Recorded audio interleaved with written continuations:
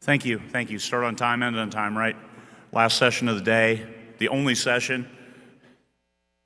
Coming to you all the way from the UK. We picked, for the 2023 Keynote, Sacha Black.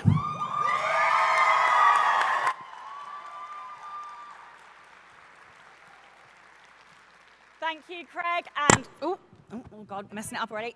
Hello, Vegas, and for those who know, hello, Rebels. My name is Sacha Black, and some of you may know me as the host of the Rebel Author podcast. My show has been running for 4 years, and do you know what I have learned in those 4 years? I've learned 2 things. Number 1, writers hate rebellion, and they hate risk even more. How do I know this? At the end of every single episode, all 200 plus of them, I ask the same question, and it goes a little bit like this. Well, this is the Rebel Author podcast. So tell me about a time you unleashed your inner rebel. And what happens next is textbook. A look of sheer, unadulterated horror passes over every single author's face. And the thing is, I send the questions in advance. It's not like they don't know it's coming. I have intellection. I can't do this on the fly. But the wonderful thing is that after that moment, that fleeting moment of horror passes, their whole expression changes. A little glint forms in their eye. And then they tell me in the most gleeful, joy-filled way about some delightfully naughty story about how they rebelled. Textbook, every single time. But the second thing that I have learned, and you're going to hate this, is that the 2 things that invariably lead to each and every one of our successes are risk and rebellion. But before I convince you that this is what you need to do, we're going to start by playing a game. Now, I know you don't play games in a keynote, you have to do it like a TED Talk, but I am #1 competition, so what else are we going to do other than play a game? But don't worry, it's nice and easy. The first thing that we're going to do is I'm going to show you the worst photo ever taken of me. This really felt like a good idea, like 6 months ago when I was writing this, and now that I'm on stage, I'm like a bit mortified. But anyway, we're going to do it. Okay, so I'm going to show you 2 photos, and then I'm going to show you a voting page, and we're going to vote on which photo was the worst by giving me some form of cheer, grunting, clicking, middle finger, whatever. Okay, so photo number 1.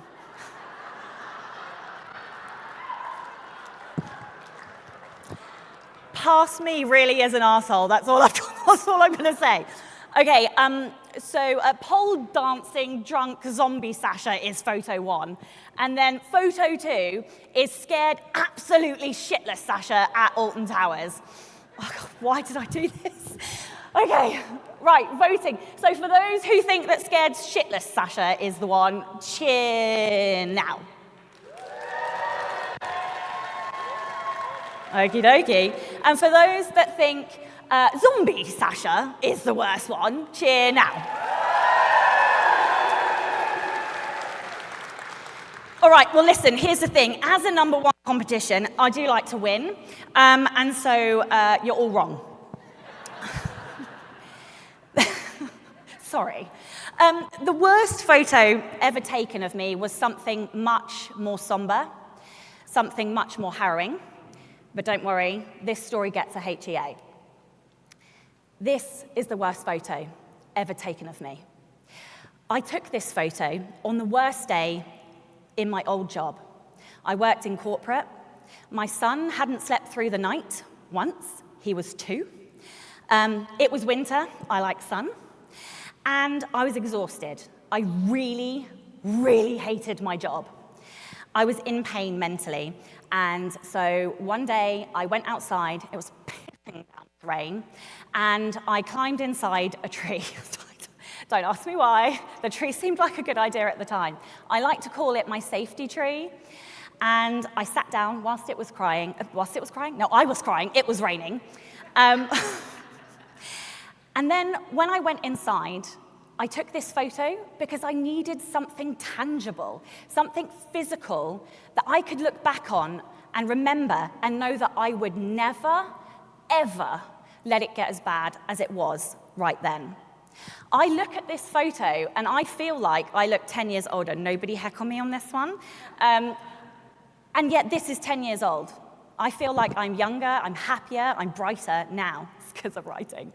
But I look at this photo on the anniversary of me leaving my day job every single year as a reminder that no matter how tough this creative life gets, it is always better than what came before.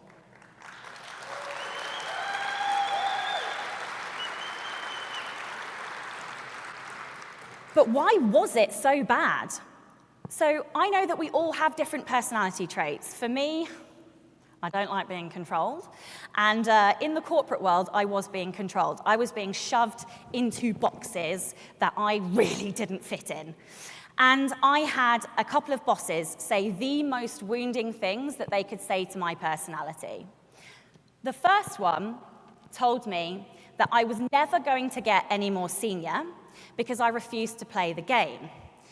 Now, I'm number one competition. I play games in my sleep, in my waking hours, in my dreams. I just didn't want to play his game because it was shit. But the real knife wound came when one of my bosses told me that my personality was a risk to my personality was a risk to my reputation. Look at me now, bitch. This is my personality.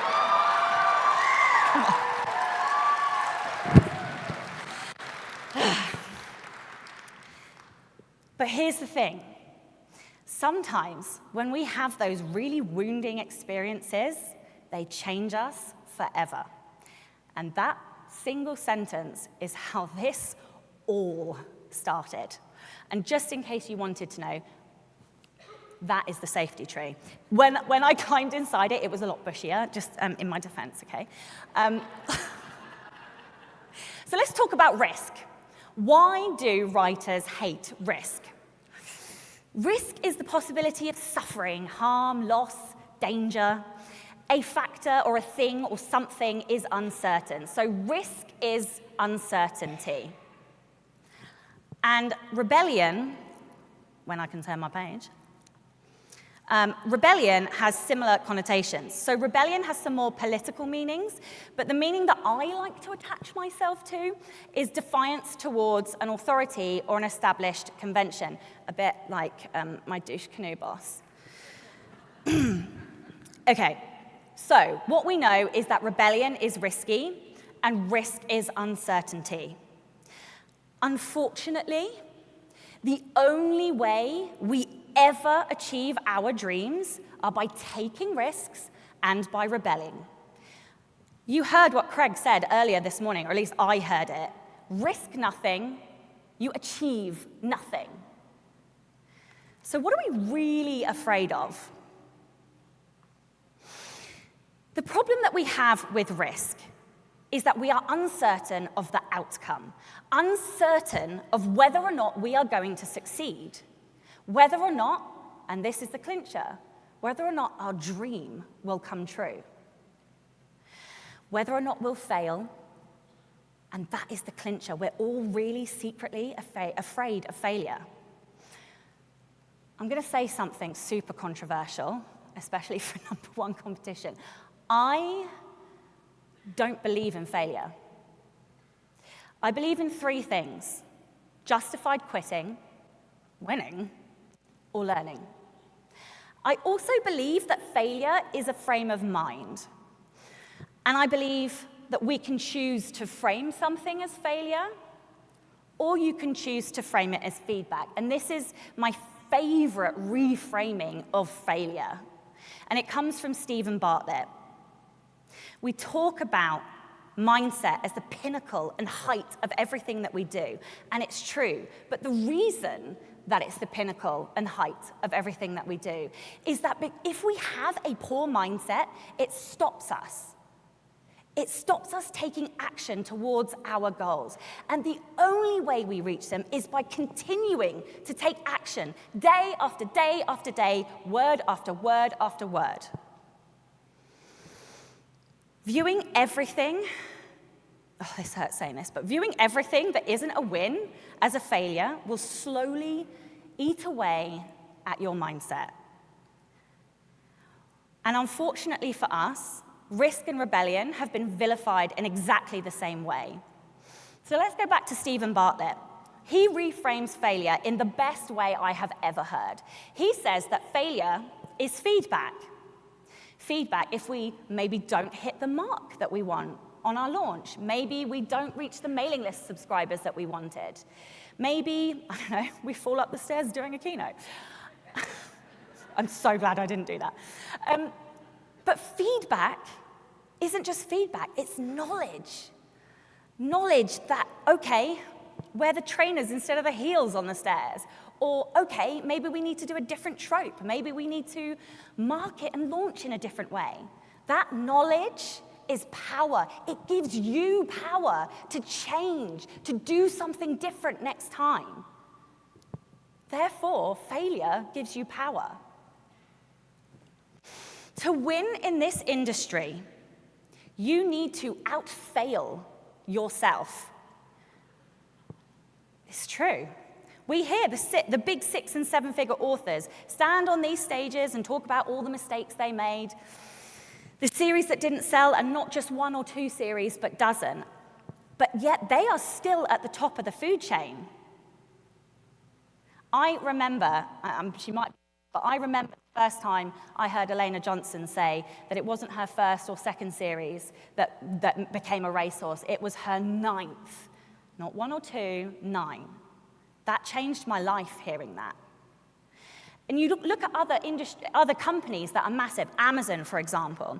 Their web lab runs more than 20,000 experiments a year. And how many do we hear about? AWS, the Kindle, like 1 or 2 out of 20,000. They don't give a shit about failure. They care about experiments. Failure doesn't exist to Amazon. It doesn't exist to the authors at the top of the food chain. It doesn't exist to me, and I really hope at the end of this, it isn't going to exist to you anymore either.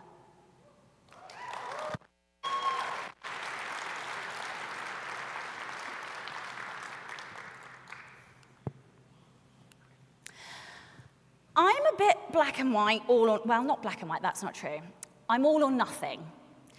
I knew coming into writing that I wanted to write full-time, mostly because I hated my douche canoe boss, but I knew I hated my day job, so it was natural for me to want to take writing all the way.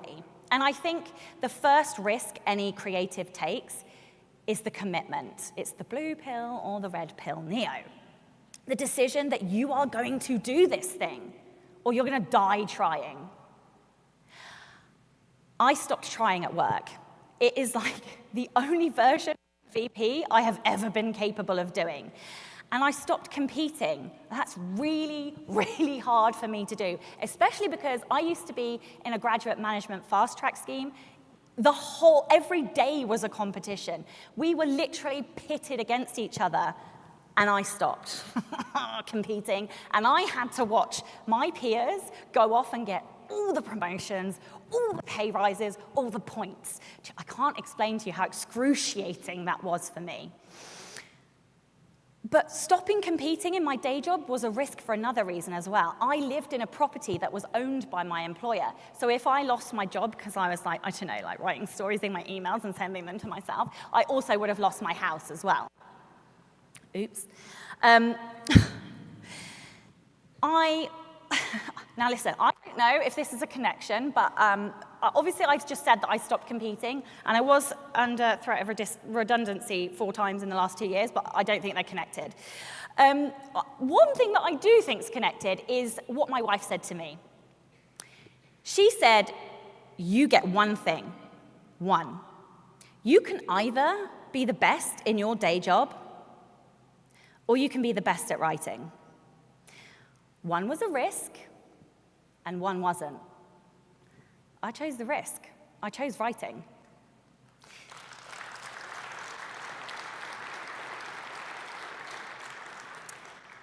All right, any fans of Becca Simon here? Me too. Okay, Becca, I'm sorry, I hate to break it to you, but I've done the impossible and I found the silver bullet. Okay, all right, maybe not, but almost. For anyone that knows Becca and knows her work, you'll know that a lot of writers struggle with uncertainty, like me too. It often cripples me. It makes me spiral, and I go into decision fatigue, and I spend hours expending emotional energy trying to get answers to things that I'm just not going to get answers to. And all the time, what I'm doing is I'm saying, what if? What if? What if? What if? What if? What if? What if is the best fucking question for your story and plotting, not so much when you're trying to make business decisions. And here's what I've discovered. There is only one executioner for uncertainty. And I'm going to say something else controversial.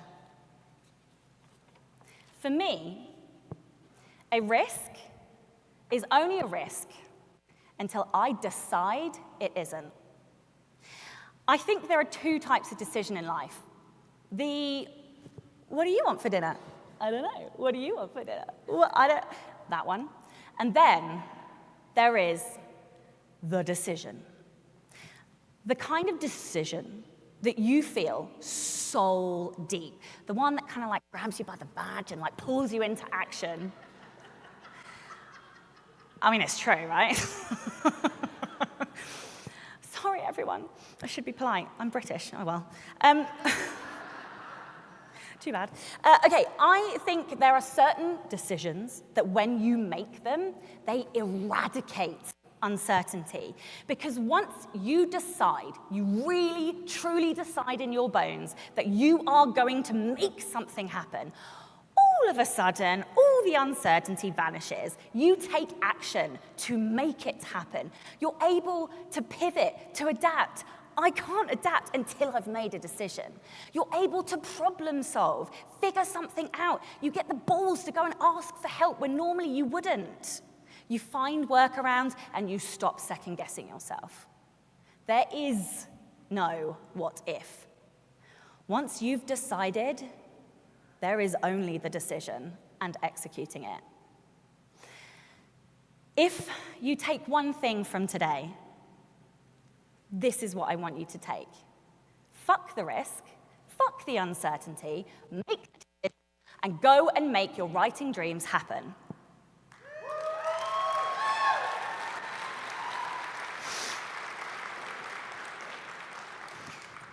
My decision was in the tree. I am a huge fan of Joanna Penn. I'm sure we've got fans in here of Joanna. And I have spent probably a decade listening to her podcast, and I remember her talking about Jack Canfield. And I went and read the Success Principles, and I heard a story in that book about a guy who made a commitment and a decision to themselves. They wrote a Post-it, and they chucked it in their wallet where they could see it all day, every day. And given my habit for coffee when I was in the day job, because then I wouldn't be at my desk, I saw it a lot when I had to pay for the coffee. So this was my Post-it. I wrote it, put it in my wallet, and at the time, did I know how I was going to make it happen? No, I didn't have a clue how I was going to get out of my day job. I just knew I'd made the decision, and I was going to literally do anything to make it happen. I'd decided, therefore the risk was no more. I get a lot of people ask me and talk to me when I talk about this, saying, yeah, but what about insert X, Y, or Z, problem, issue, reason, justification? That's my point. If you are still uncertain, you haven't decided. I don't really believe in black and white stuff. I think our society lives in the shades of gray and the areas in between, except for this type of decision. So you might be wondering why there's a very fetching pooch on my slide. This little pooch is called Ansel. My dad has always had Staffordshire Bull Terriers, and he took this adorable little pooch with jaws for days out for a walk. And Ansel was off the leash. He'd taken him to this fenced-off field. And so Ansel was like, he had this little bum that he'd like wiggle around. And so he was trotting down this field when suddenly he like stopped dead. His eyes bugged to the size of footballs and his tail's like out wide. There was a bunny rabbit. Is this story going to get a HGA? You just don't know. Uh-oh. So Dad, being a few feet away from Ansel at this point, had what I like to call the oh shit moment right before a decision is. We all experience the oh shit moment. Dad stretches out his fingers. He's like wrapped his hand around this leash. He's unclipped the clip so that he can put the dog back on. But unfortunately, Ansel had made a decision. This story might be a mistake. Ansel bolted, right? Because the bunny. And he decided that this soft bunny rabbit was going to be his, and that was the end of it. So he's like firing down this field, there's fucking like fields flicking up behind him, stones going everywhere. And he gives absolutely no fucks about the fact that my dad is screaming himself hoarse to try and get the dog to come back. But here's the thing. The bunny rabbit had made a decision. It was also tear-assing its way down the field in a desperate, probably futile attempt to try and survive. But you'll recall that when I started this story, I told you that we were in a fenced-off field. So the bunny rabbit scrambles, mad dash towards this fence, scrambles underneath it, and dashes off to potential safety. But Ansel didn't care about the fence. Ansel only saw the rat. He had made a decision. The bunny was going to be his. So at probably 30 miles an hour, he tears all the way to this fence and smashes straight into the fence, having not seen it at all, and ricochets 15 feet back off of this fence. But here's the thing. As is the power of a decision, he got back up. And I shit you not, this is a true story. He got back up and he ran back towards the fence once again and smashed straight into the fence once again. He'd made a decision, come on. Luckily, I mean, has anyone watched The Matrix? Yeah, like in the words of a potential oracle, there is no spoon, there was no fence, Ansel. Anyway. So Ansel, unfortunately for him, my dad got to him at this point and did releash him. So although he didn't get his happy ever after, I hope what you realize is that he would have. If my dad wasn't there, despite his head and need to keep it intact, he would have just kept careening towards the fence until he'd broken it to make his way through. And that's the point. The point is the decision. The point is the power that decision gives you. The fact that it empowers you. If you want to rebel against uncertainty, make a fucking decision.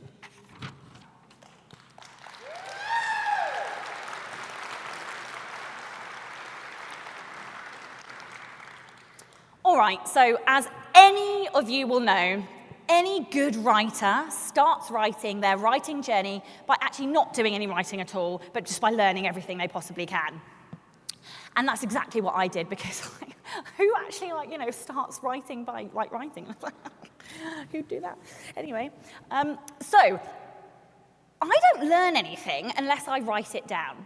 So I wrote down some of the lessons that I'd learned, and as I am so inclined, I swore quite a lot in those lessons, and I included some sarcasm and dick jokes. And I shared them on my blog, and apparently that resonated with some people because they got, a few 100,000 hits in a short space of time. And I thought, there's something to this. So I went and had a look on Amazon, and I was like, there's like one other book. There is a market here for this stuff. And so being the young, sprightly, ego-fueled thing that I was, I thought, I could write this into a book. How hard can it be? It was hard. Sasha. So roll on a few months, it's May 2017, and I was ready to launch the book, and do you know what I knew? This was it.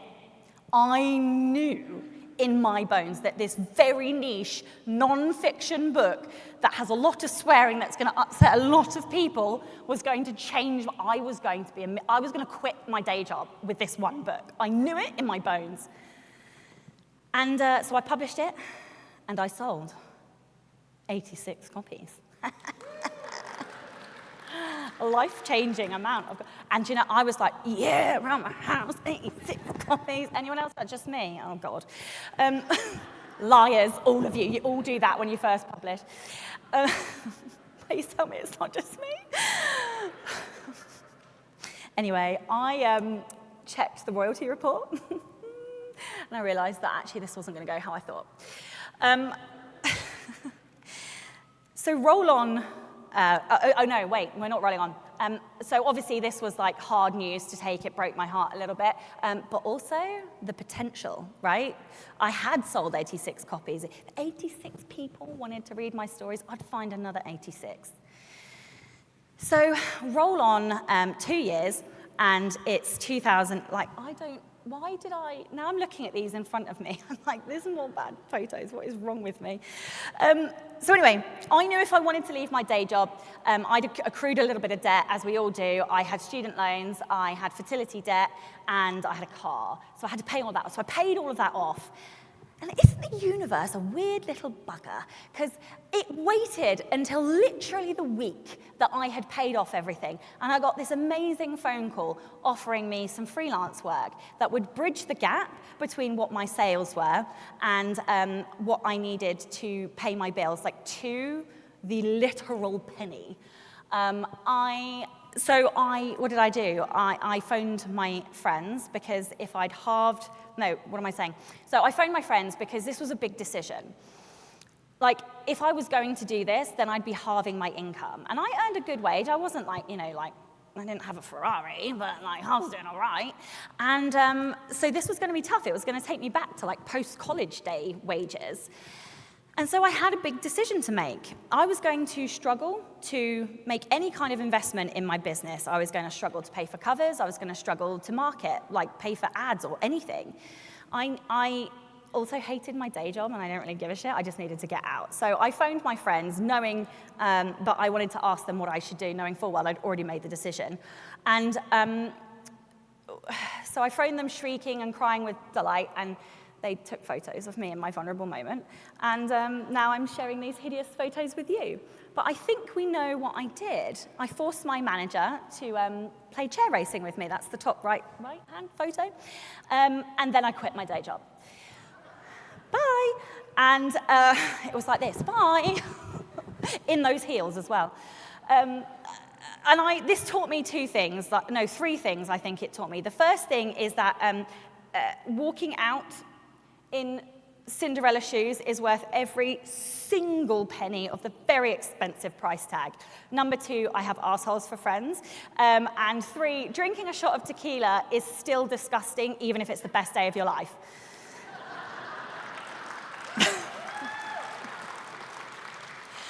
Also, I'm a really ugly crier. I really am. All right, but I don't want you to think that this is just some kind of quit the job, everything's a dream, because also we live in reality and this shit is hard. And Because I'm me, I like to learn things the really hard way. So I made every single mistake you possibly can make with my first series. And I'm going to tell you. I got shafted by a traditional cover designer who charged me traditional prices and then took 18 months to deliver a single cover for me. I had a 4-year publishing gap between books 2 and 3. I didn't write to reader. I didn't understand tropes or how to talk to readers or do any kind of marketing. I wrote myself into a corner. I didn't plan the ending of the series. I put everything into those books. And I don't just mean blood, sweat, and tears. I mean all the magical creatures. Every single one of them. They were all in there. Like, fuck, I really loved these books, but apparently the readers didn't get it.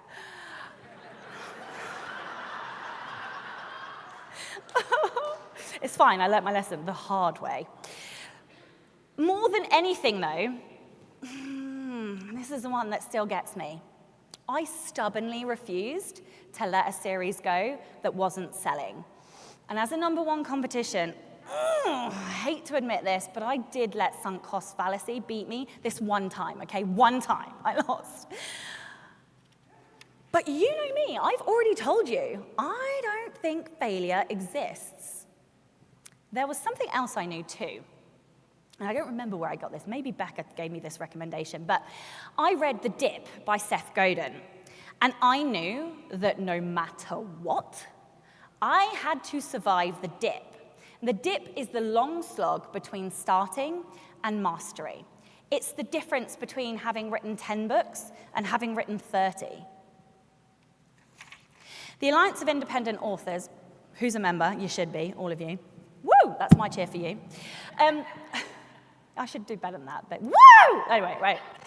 Anyway, it didn't surprise me. So they ran this survey. They did an author survey. I think it was this year, earlier on this year. And what they found didn't surprise me. The fact that the number of books that our authors had mapped perfectly onto the dip. That tells you something. Authors aren't staying the course. They're quitting before they get to their win.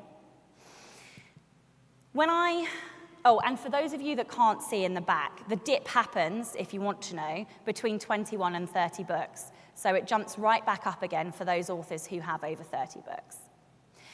When I first left my day job, I told you that I was doing freelance. And at that point, 75% of my income came from freelance sources. And then my first series was a complete flop. But over my dead body was I crawling back to a day job. I'd left in a bit of a shower of fuck you and Cinderella shoes. It would have been really mortifying if I had to go back. Like, how do you reel back those shoes? You don't reel back those shoes. Here's the thing, though, and this is where this gets really important. I was so tired of being squished into a box, of conforming to whatever everybody else was telling me to do and be and behave like. So I decided that if I was going to do this, really do this, create a life that I wanted, then I was going to dig deep, and I was going to do it my way. I was going to be so unapologetically me that I would take this personality that's risking my reputation, and I would 10x it. And this is my advice to you.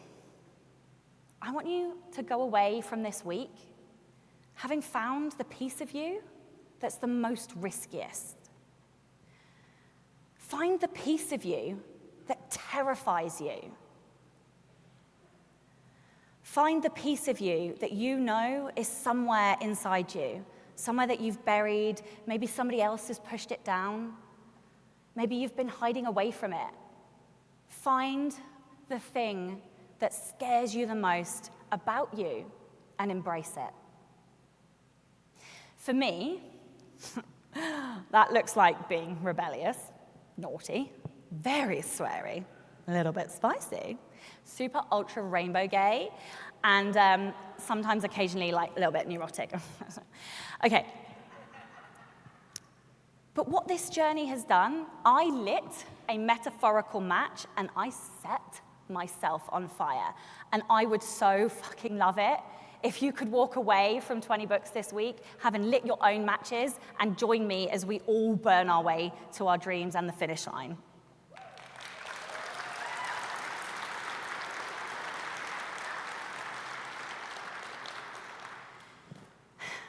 But here's the thing. Of everything I've said so far, this is probably one of the most daunting bits. It means unleashing the thing that you've kept hidden.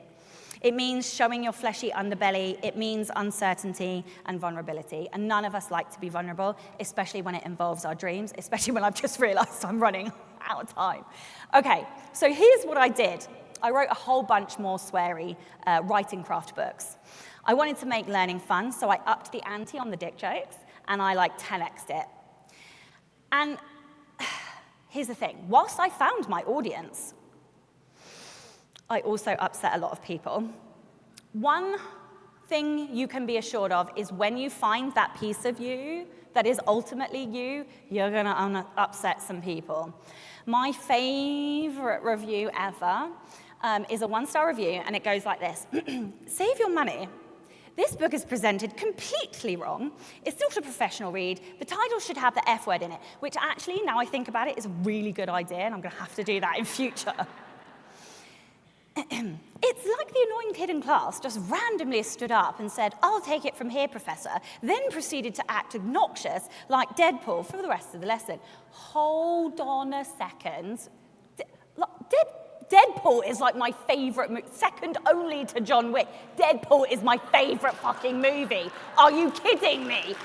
This is the best compliment I've ever had. What are they bitching about?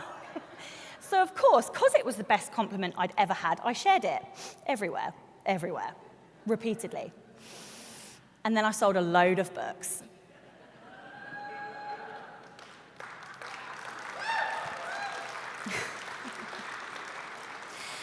And to this day, I am still known as Professor Deadpool in my community.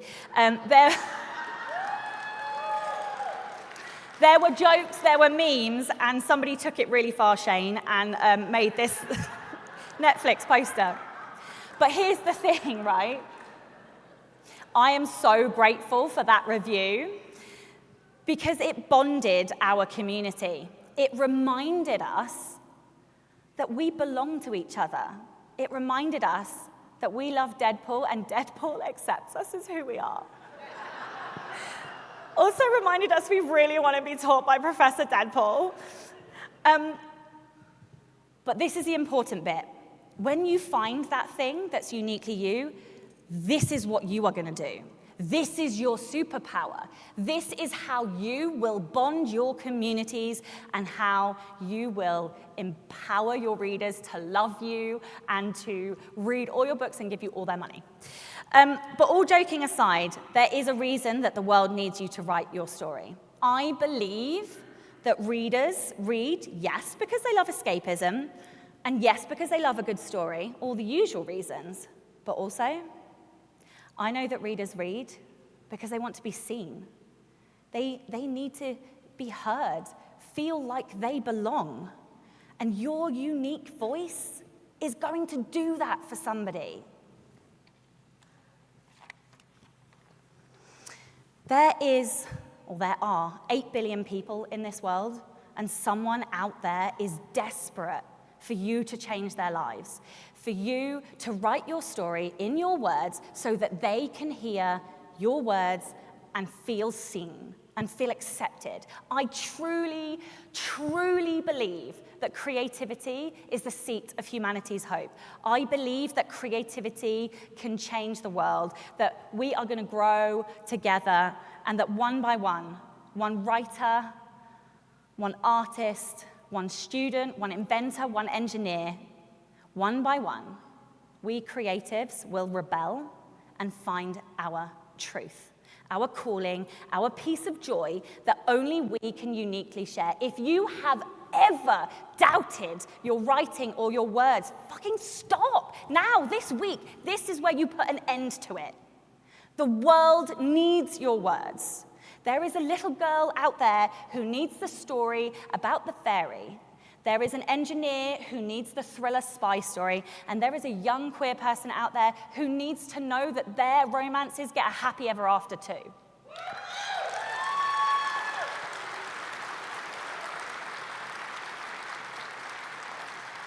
Words change lives.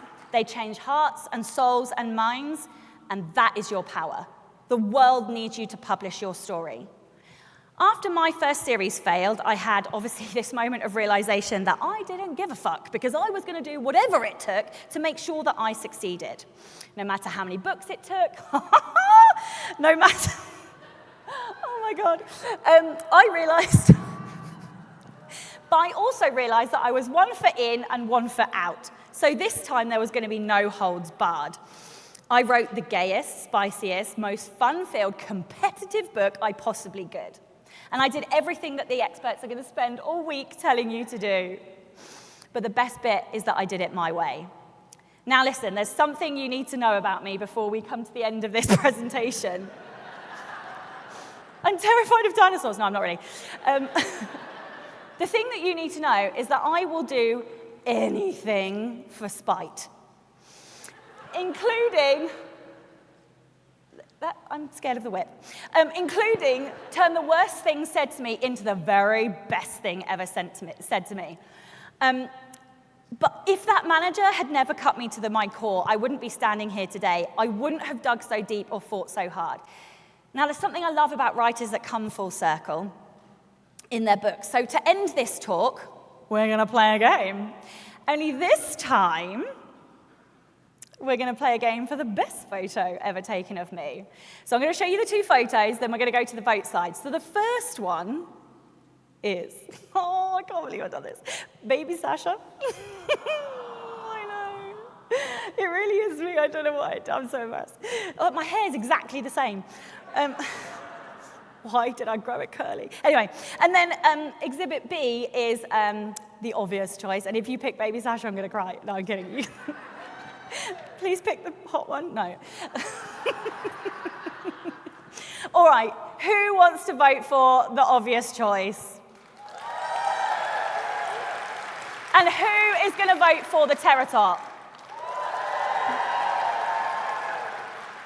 All right. Now, while these are fetching photos, neither of them are the best. Okay, because obviously, like, I foreshadowed this, and you're all wrong once again.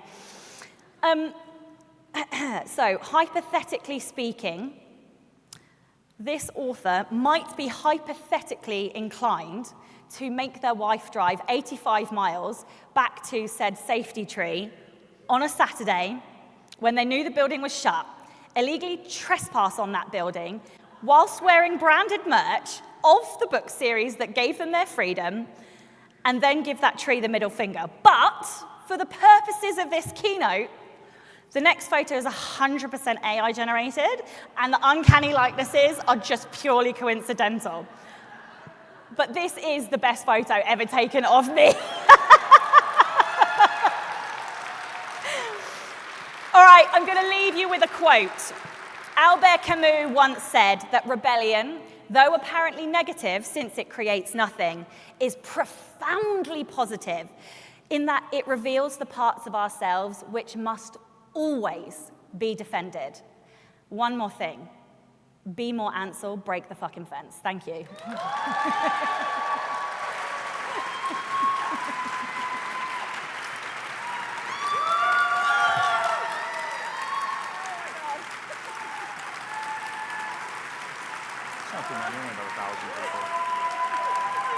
Oh my goodness. Well, we watched it while the reprobates were getting dressed.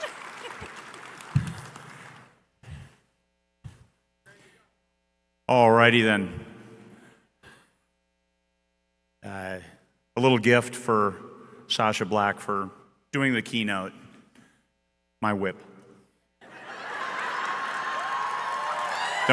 Don't whip it, because we're not insured for that. And my assistants, because I couldn't fit in the costume. This is very on brand for me. Indeed. But thank you very much. Thanks for a great day. a great day. 20Books Vegas. And tomorrow I'll post a link, and you can, I will give this and this to some soul who would like it. I have to keep the jacket because actually it's the only one I've got, and I'm going back to Alaska from here, and it's like 5 degrees above zero. So, grimness. Thank you, and I thank my assistants, but they're going to stay anonymous, and we'll give each of these suits away as well. So thank you all. Thank you all. Have a great day.